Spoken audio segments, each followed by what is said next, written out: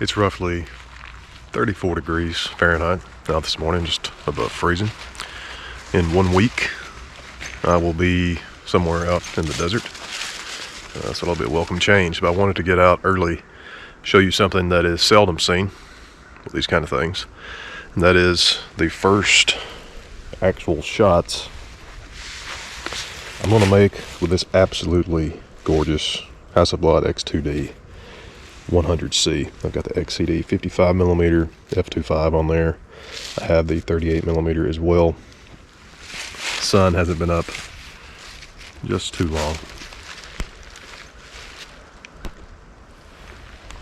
I went through last night and refamiliarized myself with the menus of this. Folks, this is going to be a lengthy review, naturally, but not to jump the gun. I am so impressed with this camera already. Aesthetically, functionally. Haven't shot with it yet. That's what we're about to do. That's what you're about to see, but wow, that's all I can say. So yeah, let's get to it.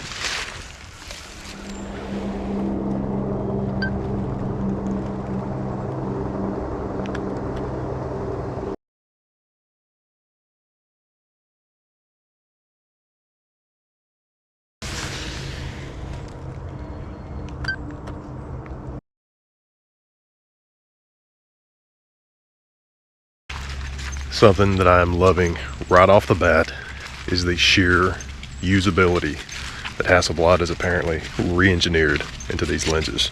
This is the XCD 55, and it is a manual focus or autofocus lens with a selectable MF AF ring. Pull it out, that gives you your focusing scale for manual focusing. Push it back in, you're at autofocus. And of course you have an aperture ring. It apparently has no hard stop. So as you turn the ring, your aperture changes on the camera. Absolutely brilliant. I love it. I'm gonna say it now. I'm already in love with this camera. First impressions this morning, this first morning shooting with the X2D 100C. Everything about it is absolutely brilliant. I love how they brought back the sort of, I suppose you would call it, modern retro look with lenses. Even has the original Victor V Hasselblad logo on there. As a 95% film shooter myself, all formats, medium, large, 135, you name it, this really sings to me with the manual functionality built right into such a admittedly advanced camera system. I cannot wait to get this out in the desert. Can't wait.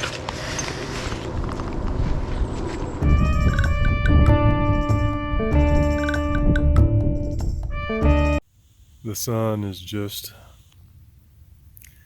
getting ready to make its way over the mountains there. Set up here in front of the organs. And to break out a couple graduated ND filters. I actually have 2 stacked here, 3 stop graduated neutral density filters to really balance out that sky with the foreground. Of course, for this kind of knife work, we're in full manual focus mode. See, it's zoomed in there. So we got that screen protector on there. There's that little bezel, our manual focus bezel. I love that. I'm not going to touch it because we are in focus. F32, this lens, that 38mm f2.5, stopped all the way down. Half a second exposure, ISO 100. I think we are getting ready for the light show. Waiting for the sun to just spill over that crest and hopefully flood this entire valley with gorgeous morning light. We'll see. The sun has just crested over the mountains, haven't made an exposure yet. We're almost there, but I had to share with you the absolutely magic moment of the sun just illuminating that yucca in the foreground, spilling over across the valley. You see the shadow of the mountain along that ridge.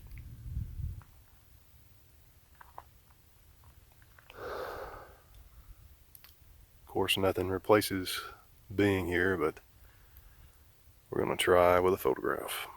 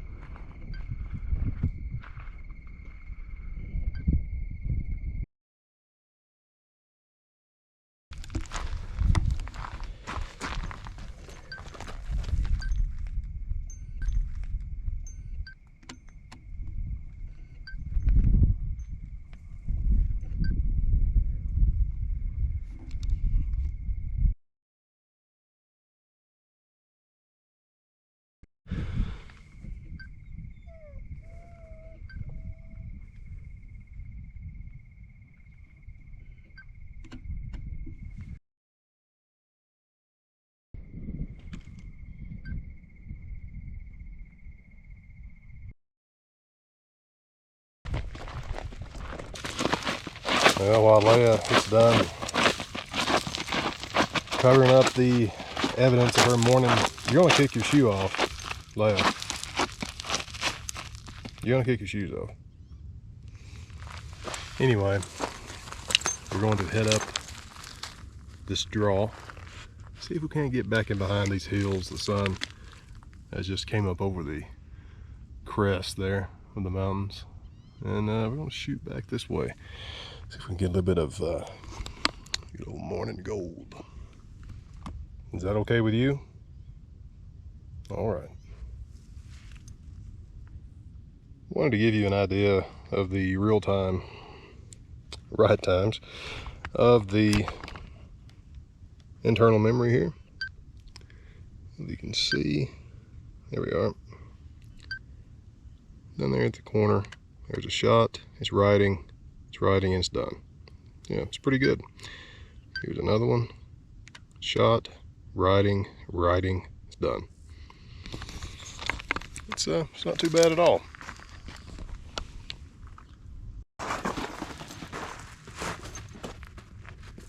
Come on. Hey, come on. Come on, come on.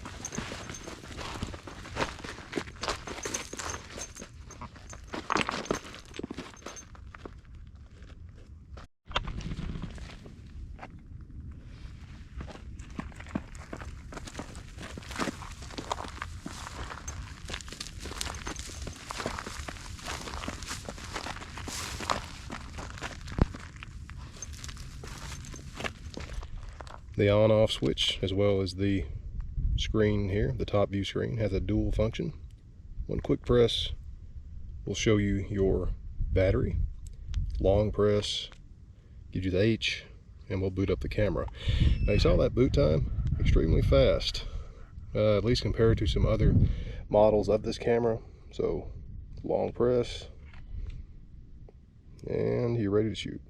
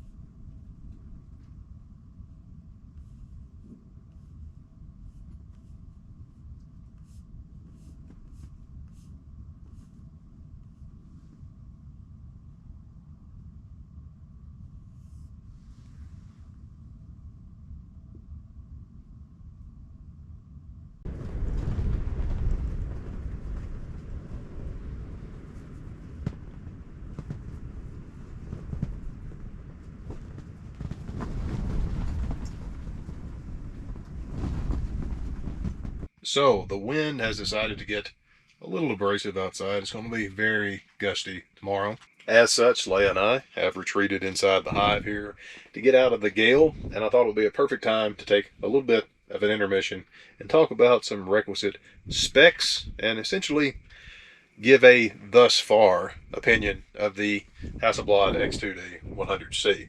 Namely, some of the differences between the previous models, the X1D and the X1D2, the 50 megapixel counterparts to the X2D, because there are some subtle and not so subtle differences, which personally I think is 100% for the better.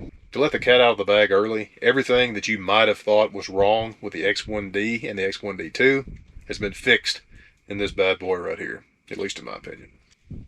So, the camera itself weighs, according to Hasselblad, 895 grams. That's about 1.9 pounds. I weighed it on my own scale, the body only. I did leave the strap on there because I always do. I think generally you're going to have the strap on your camera no matter what. At least I do, you know, like a normal person. And on my digital scale, it came in at virtually the same weight that Hasselblad gives for the body only. I went ahead and weighed the camera with both of the lenses that I have here, that 38mm and the 55mm, both f2.5. Now, with those lenses mounted, the camera weighed virtually the same. It was somewhere around 2 pounds 14 ounces, 2 pounds 15 ounces. Those lenses, more or less, weigh about the same. The dimensions of the body only, as listed by Hasselblad, is 149mm by 106mm by 75mm. The battery is, of course, a lithium-ion battery pack. Hasselblad tells us you can get 420 shots out of a single charge on the battery. Of course, that's variable depending on temperature, a host of other things, the brightness of the screen, but they say around about 420. Something very interesting about the X2D, one of my favorite things, unexpectedly, about this camera, is the incorporation now of that internal memory, that 1 terabyte solid-state drive, that SSD built into the camera. It has a write speed of 2,370 megabytes, roughly 4,600 raw images, and 13,800 JPEGs on the internal memory. Now, I'm shooting both RAW and JPEG. I think when I first started shooting, I had somewhere around 3,500 images in there. After I completely wipe the memory before I send this back, I'll get another go at finding out exactly how many RAW plus JPEGs are going to be on there, and I'll pop that up right here. Now, of course, that is a huge change over the previous models, the X1D and X1D2. Those had only SD card slots. They had no built-in memory. I love this. I didn't think I would. I said, you know, I want a memory card to take out and stick into my computer. No. That internal memory is phenomenal. Like I said, for 100 megapixel files, plus, you know, 2 pictures, so it's RAW plus JPEG, the write time is astonishingly fast. And the transfer times, I have a new MacBook 16 with that M1 chip, the M1 Max chip. The transfer times is mind-blowing, folks. Such an improvement over the previous models of the camera. Of course, I was using the SD card. And speaking of that, this one does not use an SD card. It, of course, does have a memory card slot, but it is a compact flash express type B. A little bit of a curveball. You don't see those too often, but it is supposedly, this is the first one I've ever had any experience with, it is supposed to be much, much, much more fast than using an SD card. Yeah, I'm not gonna lie, folks. They sent me the card reader. They sent me a card. I never used it. To me, and that was so unexpected because I thought I would actually use the card, and I didn't. To me, having the built-in memory was the only thing I needed, and so that's the only thing I used. Now, another huge thing to be put into the X2D is in-camera stabilization. That's right, folks. The big gripe that a lot of people had about the previous models was no stabilization. And when you're shooting at very high resolutions, any camera motion, any kind of movement in the photo caused by your hands or any kind of, introduced motion is really going to show up, especially with the high caliber lenses that Hasselblad seems to be putting out these days. The X2D 100C has 5-axis, 7-stop in-camera image stabilization. It can be turned on and off. Hasselblad actually recommends turning it off if you're using a tripod. I'll have to put the image up on the screen. I did some very nuanced, some very artistic motion images at Bodoc Lake in Arkansas on the way out here to New Mexico. I don't know if that's some type of artifact with the in-camera stabilization, but I was shooting massively long exposure times, and I'll put them up with the pictures. I can't believe I was pulling that great of images with that long of exposure. Oh, and it's worth mentioning that it is, again, in camera. That means no matter what lens you have on here, it will be stabilized. That means if you want to use some old V-series glass, an H-series glass, that's going to be stabilized on here. All you're going to do, go into the menu, select the focal length of your lens, and that's going to essentially allow you to use any lens stabilized. Hasselblad says it supports up to 499mm focal length, so you should be covered. And along those same lines, folks, the autofocus on this thing is light years ahead of the previous models I have tested. It has now phase detect autofocus as well as contrast detect autofocus, so that makes it a hybrid autofocus system. Supposedly, according to Hasselblad, that makes it about 3 times faster autofocus than the previous models. It has 294 autofocus points now.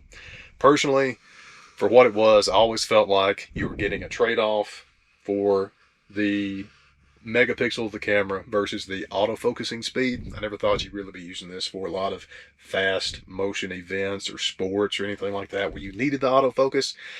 So it didn't bother me that much, but now, guys, the autofocus on this is, chef kiss.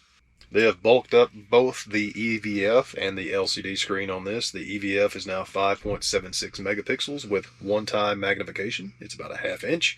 And the top screen over here, I love this. If you remember my other reviews, the other cameras, the X1D and X1D2, this had a little wheel.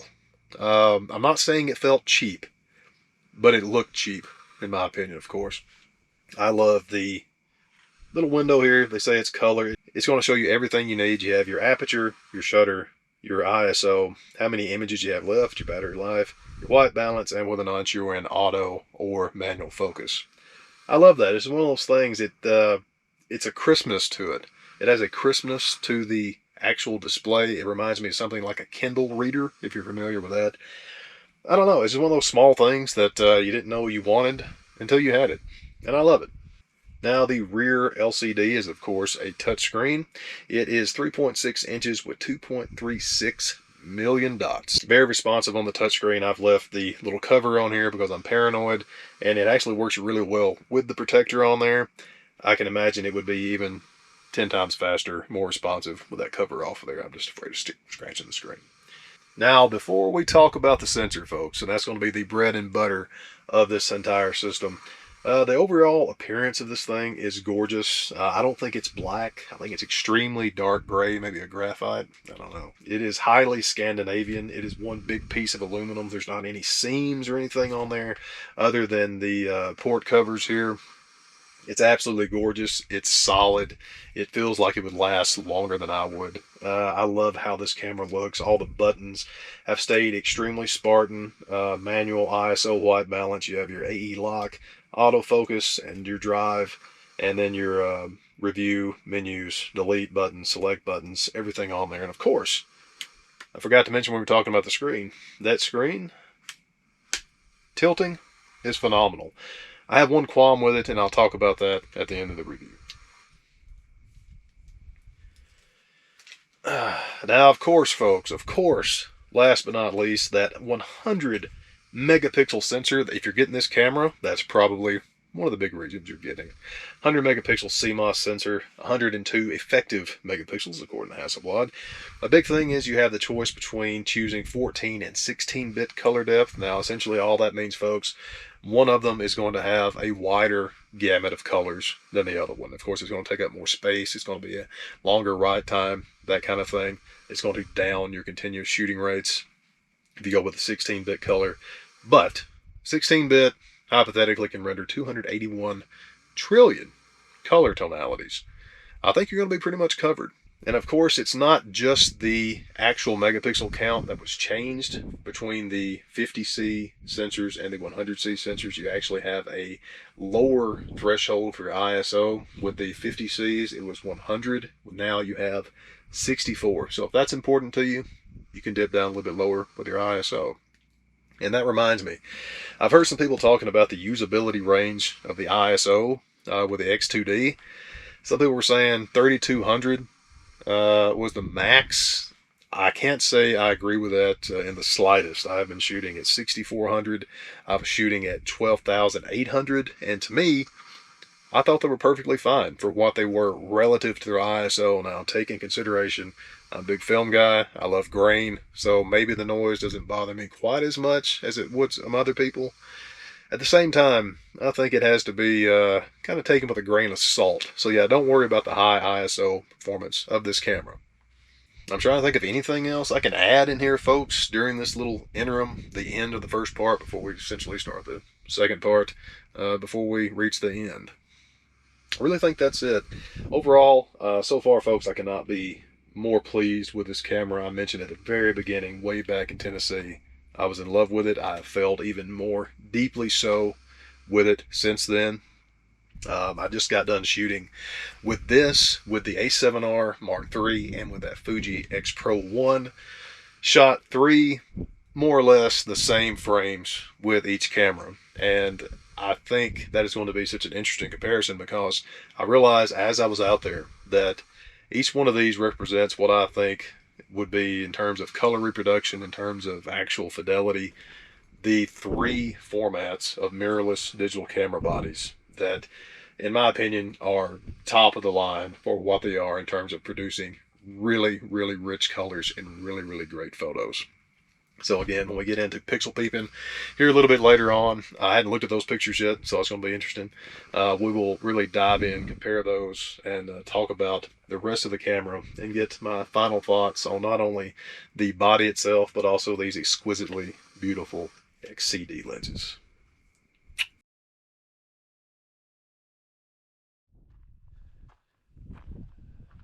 It's finally time for a bit of, I guess, simul shooting with the estimable Fuji X Pro 1, that beautiful X-Tran Generation 1 sensor, and the Yashica Ashinen f1.4 beautiful radioactive lens.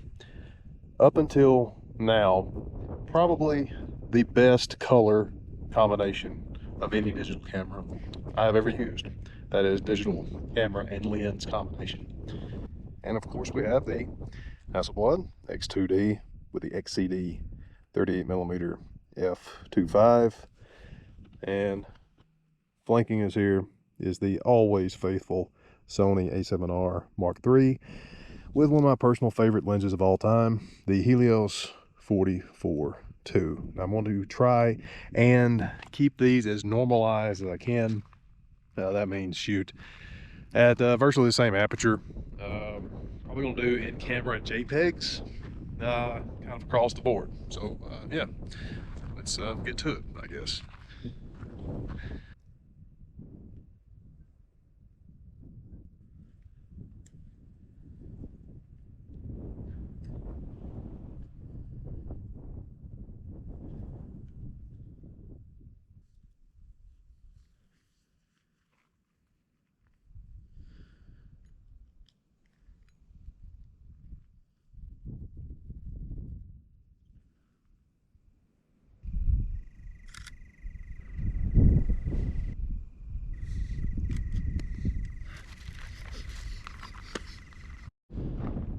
On a personal note, folks, I'm going to take just a moment to acknowledge the miraculousness of the current situation I find myself in.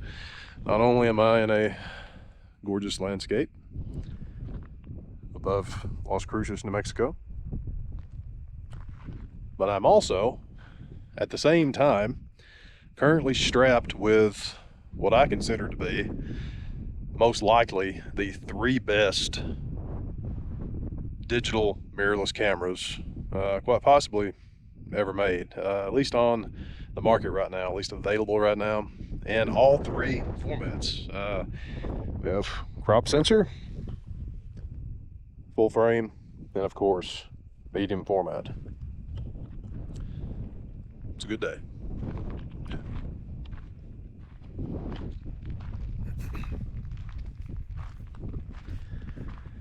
So now we get to the really fun part where we actually go through the images that we've made with this X2D 100C. You can see down here, total 383 photos. Now keep in mind, I was shooting RAW and JPEG, so half that. So I made about 190 pictures altogether with this beautiful little camera.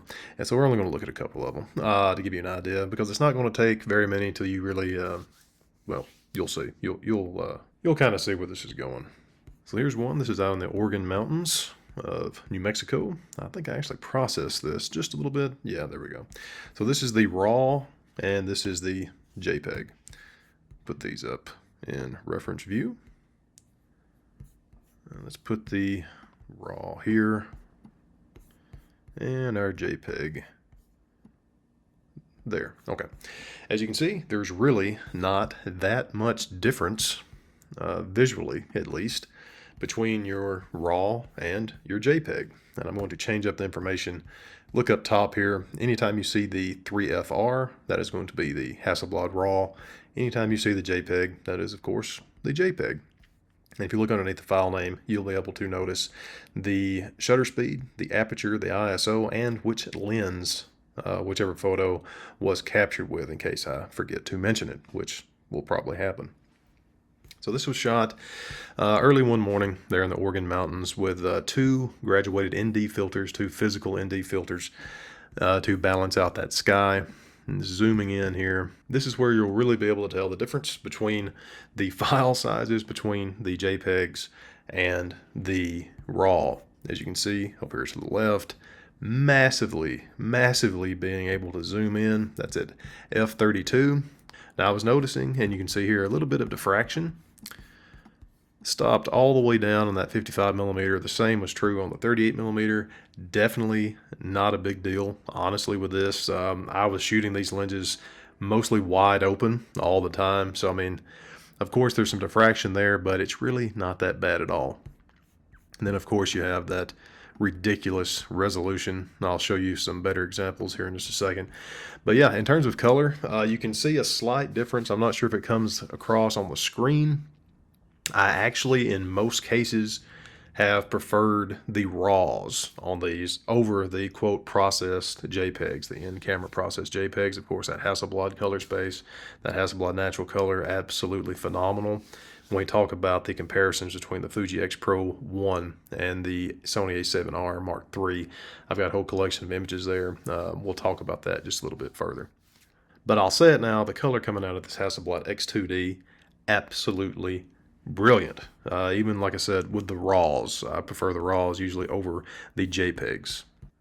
These, yes, try these. These are the long exposure night shots. 45-second exposure, f8, ISO 3200. That's with the 38mm. Now, I've heard people talking about the ISO performance of the X2D, at least the high ISO performance, saying that you really shouldn't go past 1600. I will have to disagree with you on that, because this is the JPEG at 3200. There we go. Let's just do it like this. So we're going to zoom in to 100%. Leia asleep there. And you can see 3200, that is clean enough for me. People say anything over 1600 is unusable. I think that's highly inaccurate, especially using the term so loosely, unusable. I think that's very subjective. I thought I had some images shot at 12,800. Apparently I didn't.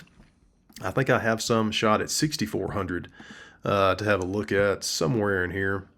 But anyway, all that to say, I think you would be totally safe 3200, 6400 ISO with the X2D. That's just, of course, my opinion.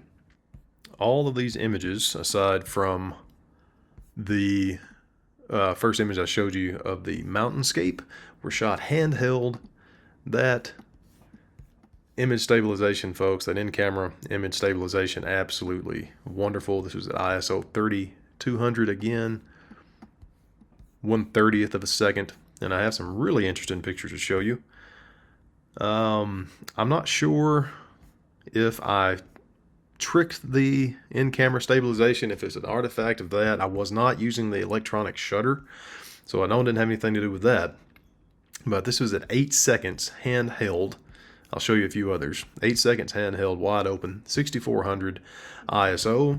I think this was actually processed a little bit, yeah. This is the raw, that 38 millimeter. And you can see it's as if it's stabilized all the axes except for the vertical. And that's what I did. I hit the shutter button and then just tilted the camera up slowly during the exposure. And this is what you get. I did some similar, very artistic, impressionistic type things. Kind of a similar situation. I moved the camera. This one, I moved the camera, of course, in a circle pattern, pointed up towards the trees. Again, 8 seconds, about 38 millimeter. Personally, I love it. I called it the poor man's chiaroscuro. But yeah, it's something to keep in mind. Apparently, you can do this kind of in-camera work with that stabilization using the X2D, if you're into that kind of thing. And of course, resolution, folks, for days. It's everything you would expect from a 100 megapixel sensor. There's not a lot to really say about it other than you will never have to worry about any kind of resolution issues with your photos. Let's go all the way to 400%. You're barely starting to get some pixelization here. This is the raw. Let's go to 800%. And that's still not just insane. Of course, you can start to see the individual pixels, but that 100 megapixel, yeah, if you are a resolution junkie, like I know some of you have to be, yeah, you can really tell a difference between this and that 50 megapixel sensor from the earlier models, the X1D and the X1D2. So yeah, double the resolution definitely makes a huge difference with this camera. Let's look at just a few more photos. This is some Ocotillo and the full moon, ISO 3200. And let's go back to 100%. Yeah, and just absolutely beautiful. That tonal range, you can still make out, you know, the highlight in the moon there. You have the sky, that beautiful desert color. Then, of course, you have the actual focused image zones right there. And again, handheld 1/25th of a second. 38 millimeter, beautiful color. That's the raw, and that's the JPEG. I think you can see, personally, of course it's subjective, I prefer the color in the raw. Let's go to a quick reference view again.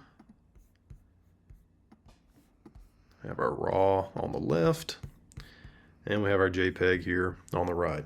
And it's a little less pronounced with this picture, but I think the colors are actually richer without the in-camera processing that you have with the JPEG. Again, that's just me.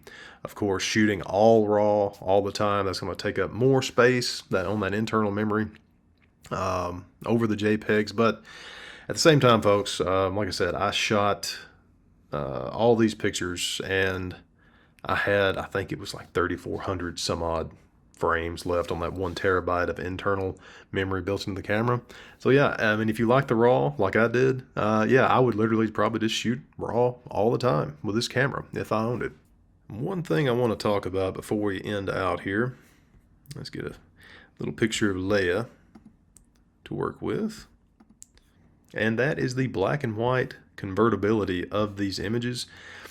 It just has a very distinct look, and of course a lot of that may be contributed to the camera, the lens itself.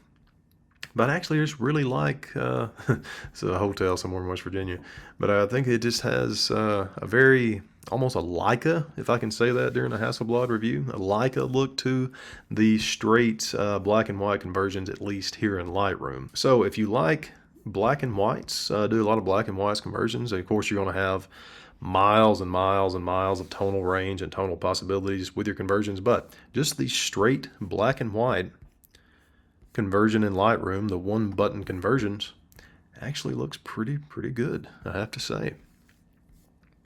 And there's one more.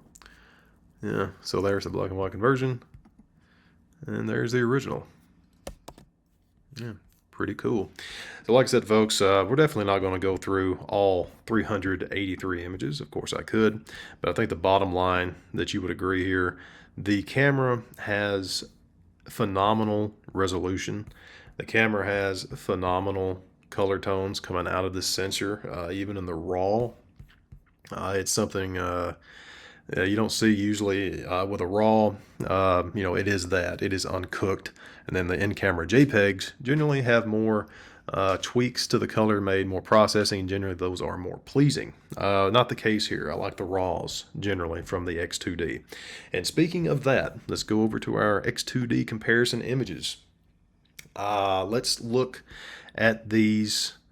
These are shot with, of course, the X2D 100C, the X Pro 1, the first generation, a 10-year-old crop sensor digital camera, the X Pro 1, and the estimable Sony a7R Mark III. Now I went and shot a RAW, a JPEG with each camera as close as I could get it.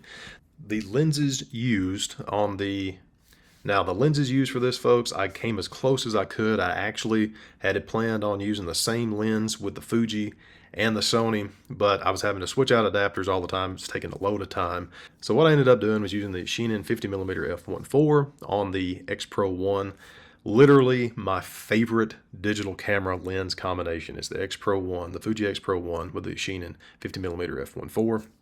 Which on the X Pro sensor with that crop factor, it's about a 75mm lens. So that was the X Pro setup. On the Sony, I used the always faithful Helios 44-2. That's about a 58mm f2 lens. And on the Hasselblad here, I used the XCD 38mm f2.5. So 3 different sets of images. Let's real quick look at those and compare. The RAW, you'll see from the Sony here, the designation is going to be ARW. The designation for the Fuji RAW files are just going to be JPEG. I didn't actually shoot any RAW with the Fuji because I never shoot RAW with the Fuji. I love the color so much that comes out of the JPEGs, so I just left it on that. So yeah, no RAWs coming from the Fuji, but I think you'll see enough here to get the point across. So we have our Sony. Let's move him. So we're going to put our Sony on the left here. This is the Sony RAW. And let's put the Hasselblad RAW on the right here.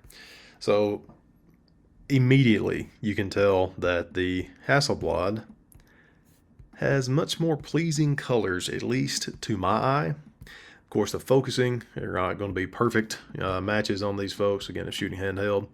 But I think it is remarkably visibly similar in terms of sharpness and the resolution, at least at this magnification. Now, if we go all the way to 800%, like we did, there's the Hasselblad at 800%. Yeah, so we have 100% here on the left with the Sony, and then the Hasselblad at 800%, and you can see that is scaled up so much. You will be able to crop in so much more with a 100 megapixel as opposed to this, I think it's a 42.4 or something like that sensor. I'll put it on the screen of the Sony a7R Mark III, which is understandable when you're realizing that's over double the resolution. While it's still not bad, I think overall, at least for me, the color wins out on the Hasselblad over the Sony on this picture. Let's go to another Sony. Now here's another Sony RAW on the left, and then we have our Hasselblad RAW on the right. Again, color much richer, I think, in my opinion. And then of course you have just that phenomenal sharpness from that 38mm Helios. Not too bad, really. I can't remember what aperture I shot this on. I think it was around f4. But yeah, definitely Hasselblad winning out over the Sony. And one more picture comparison here from the Sony and the Hasselblad. A little bit of a more of a landscape shot. Go there. And now we have our Hasselblad. Yeah, daylight and dark with that one. Hasselblad, that was shot f3.4, sharpness phenomenal, resolution phenomenal, color, you guessed it, phenomenal there. And again, it's something of a strange phenomenon because usually the JPEGs, I would think I would prefer those out of the Hasselblad, but the RAWs just look wonderful, and compared with the RAWs coming out of the Sony, Hasselblad, in my opinion, clear winner. But I still love my Sony a7R Mark III. Now the Fuji, this is where things get really interesting because, like I said, up until this point, the Fuji X Pro 1, the reason I got it was because of that legendary X-Trans 1 sensor, that first generation X-Trans 1 sensor that has become so legendary for its color. Yeah, they look so similar. They really do. And when you think about it, that X-Trans sensor, I think, is a 16 megapixel sensor. That is phenomenal sharpness and detail for a crop sensor that old. Like I said, it's a decade-old sensor. Of course, you know, you go into the Hasselblad, you can crop in so much more. The sharpness here, of course, this is a in-camera JPEG from the Fuji. It adds sharpness in camera. You can tell it's sharper, more refined than the Hasselblad. Color, very close. I have to give it to the Fuji, folks. I'm going to be completely honest with you. I still prefer the color here, between the two images at least, of the Fuji. Let's go to that landscape shot of the Fuji. Let's compare the JPEG. There we go. Yeah, of course, much more zoomed in when you consider that's a 75 millimeter lens equivalent, and now this is 38 millimeter. Yeah, just that color, that Fuji, hard to beat. Yeah, I knew going into this it was either going to be the Fuji winning, honestly, or the Hasselblad completely blowing my mind, which it had.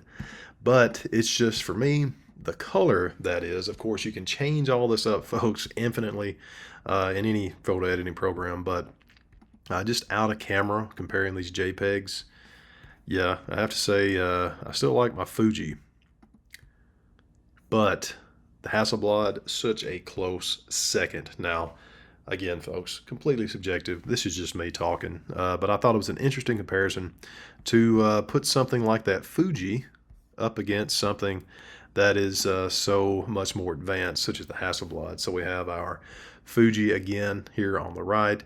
We have our Hasselblad here on the left. I don't know. That's a toughie.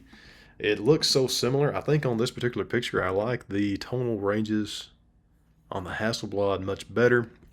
Maybe it was a lighting situation. This just seems much more exposed. I don't know. I still love that color from the Fuji. Love that sharpness. But again, for sheer resolution, there's of course no comparison. But the Fuji does hold up extremely well. All right, folks, as you can tell, I would talk about this at length, these comparisons. So I'm going to shut it off here, jump back over, give you my final thoughts on the Hasselblad X2D 100C, and of course, answer that literal $17,000 question. Do I think this camera is worth the money? And who is this camera actually for anyway? So, final verdict on the X2D 100C mirrorless digital camera from Hasselblad. First of all, folks, I want to clear up who this review is intended for and who it's not intended for, honestly. I have no illusions. I'm not expecting any camera review to automatically sway you into going out and buying what's essentially an $8,000 camera, body only, nor should it, in my opinion. This review is for anyone who is seriously considering buying the X2D for professional work, for extremely advanced hobbyist work. And I'm hoping that my thoughts here, everything that you've seen, the comparisons, the image samples, will help you make your decision, one that you will not regret. Now, we touched on it just a little bit earlier, but I feel that everything that was quote-unquote wrong or flawed with the previous versions of this camera has all but been remedied with the X2D. The things that I absolutely adore about it the most, namely the flip out screen. Ironically enough, this is one of the only things that I actually have a little bit of a problem with, to be honest with you. It's not the actual flip out nature of the screen. Again, I love that. It's just that when you have it in the waist level viewfinder mode, the EVF overhangs it so much that it does obscure a little bit of the frame. So I was even, having to move my head around like that right there to see. I wish it was more like the tilt out screen of, let's say, the A7R Mark III, where you can tilt it out and pull it out a little bit so you have a completely unobstructed view. Hopefully that's something that could be fixed. But honestly, folks, that's a little bit of a nitpick. Ergonomics, beautiful. This camera felt like it was made for my hand. I'm not saying that just to say it. Probably one of the best feeling cameras I think I've ever felt. I think dimensionally it's virtually identical to the other X series cameras from Hasselblad. Maybe it's just been a long time since I reviewed those. I don't know. But this one is perfection, absolutely in a can. I love the way this camera looks and feels, and I think you will too. It just has a heft to it. It's extremely Scandinavian in design. That solid piece of aluminum. There is no seams aside from the doors for the memory card and the USB-C. Completely Spartan, completely minimalistic. Yeah. I love how they have done away with the wheel on top and instead replaced it with this beautifully crisp little screen there. The boot time on this is extraordinarily fast in my opinion. I love that I can just hit the button and it's like very quick, be ready to shoot. That's something that was not present on the other models. And speaking of that, the autofocus on this, the manual focusing on this, especially with these new XCD lenses with that push-pull AF manual focus selection ring, it's absolutely gorgeous, especially if you're coming from, let's say, a traditional film medium format background like I do. It just feels like you're going home. I absolutely love that. And as long as we're talking about loves, the 1 terabyte built-in memory of this is something that, like I said, I didn't think I would really care for that much. But folks, I didn't use the memory card on this at all, that Compact Flash Express Type B. Didn't use it one time. To me, if I would have had to have used that, of course my computer has a SD card slot. If it had been an SD card, yeah, I might have been using that a little bit more. But with the Compact Flash Express Type B, I can't actually put that in the computer. I have to plug in the adapter. And if I'm going to do that, it's just as easy for me to plug in the USB-C directly to the camera, to the computer. I was shooting RAW and JPEG the entire time. You saw those sample images. I think I shot almost 400 some odd images, and I still had nearly 3,500 images left on that internal memory. It's like one of those things you'll never have to replace it. You don't have to worry about losing your card. You don't have to worry about forgetting to put a card in. Sure, if you want to put a compact flash in there, maybe as a backup, something like that, God forbid, if something goes on with the internal memory, you'll have that. But I think that 1 terabyte internal memory is all any truly sane person is going to need. The color on the camera, you saw the comparison, those 3 shots with the Hasselblad, the Fuji X Pro 1, and then the Sony A7R Mark III, of course. Personally, I still prefer the color from the X Pro 1. That's completely subjective. That's just me being weird. However, when you factor in the massive resolution, the massive tweakability of that Hasselblad natural color space, I think the Hasselblad overall for me will eventually win out. I think the Hasselblad's color will eventually win out when you take everything globally. Of course, the X Pro 1, that's a 10-year-old digital sensor, a crop sensor, comparing it to a brand new medium format digital sensor. So naturally, there's going to be a lot of a gap between the quality.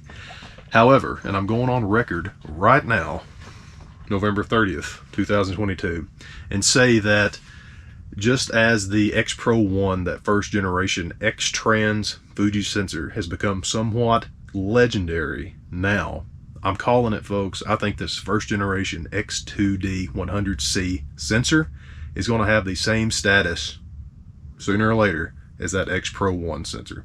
You heard it here first, folks.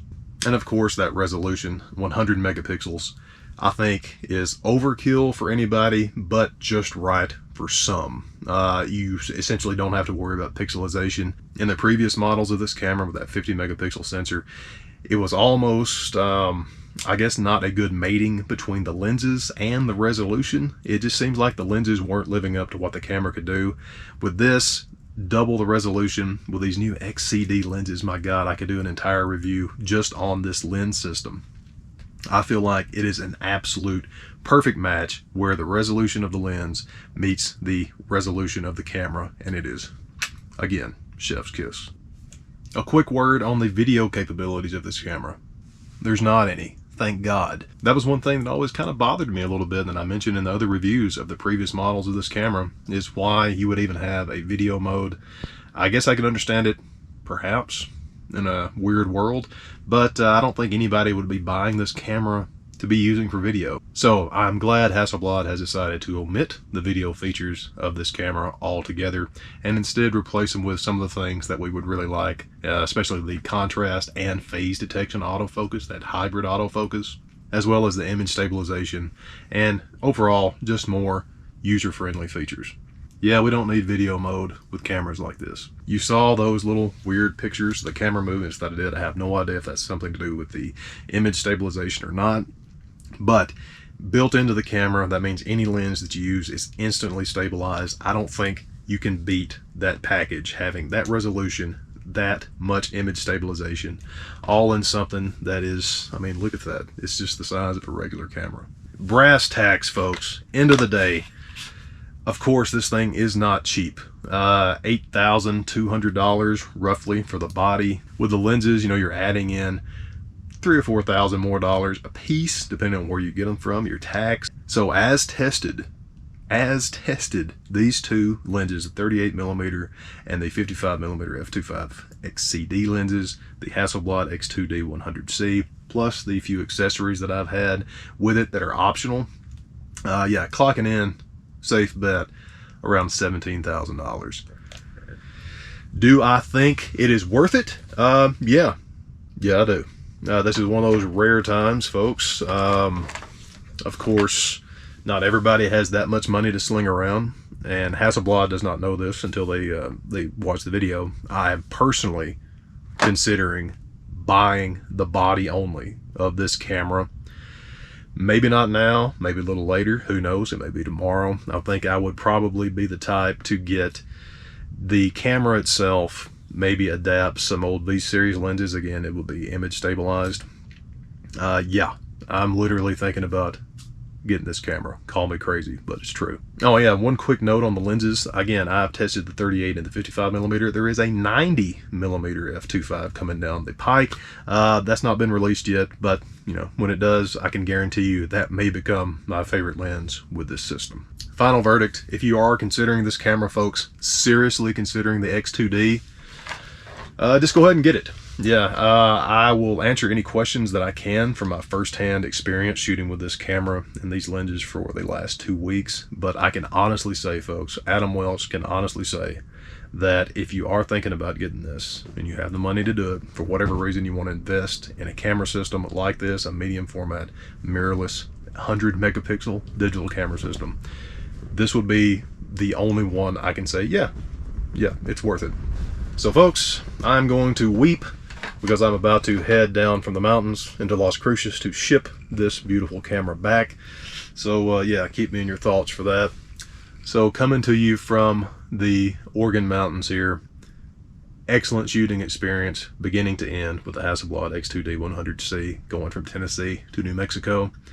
You will love this camera. Everything about it, I virtually guarantee it.